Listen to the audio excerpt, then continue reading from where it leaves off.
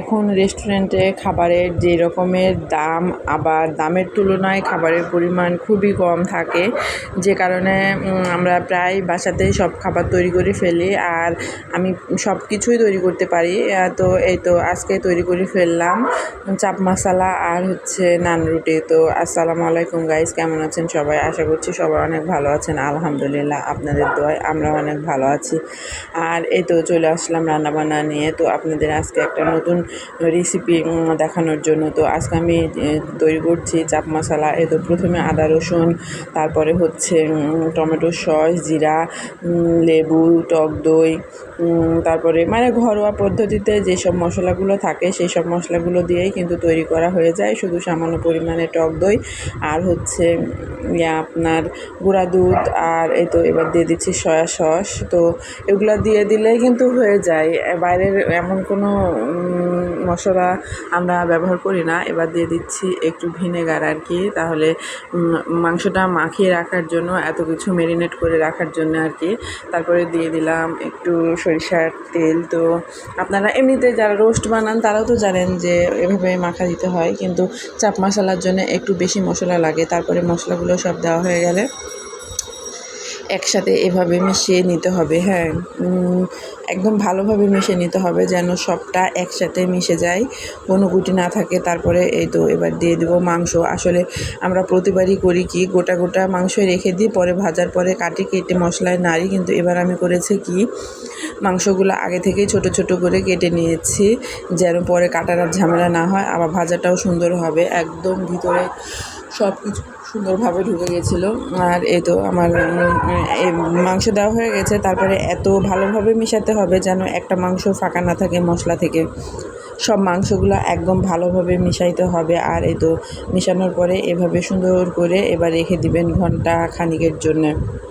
আমার মনে হয় যতক্ষণ থাকে ততক্ষণই মানে তত বেশি স্বাদ হয় মনে হয়।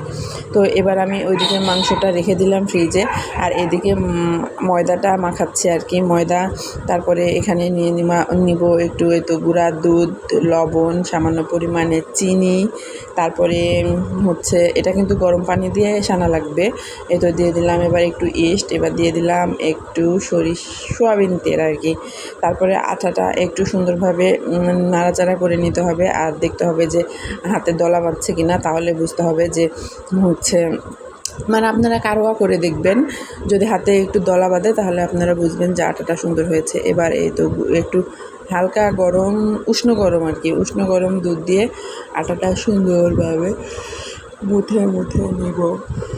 তো এই তো এইভাবে মুছতে হবে, মুথে সুন্দরভাবে করে নিতে হবে। আটাটা যত ভালোভাবে সানা হবে তত কিন্তু ভালো রুটি হবে। সেজন্য আপনারা রুটি বানানোর সময় অবশ্যই খেয়াল করবেন। আর এই তো দেখেন আমার আটাটা সানা হয়ে গেছে।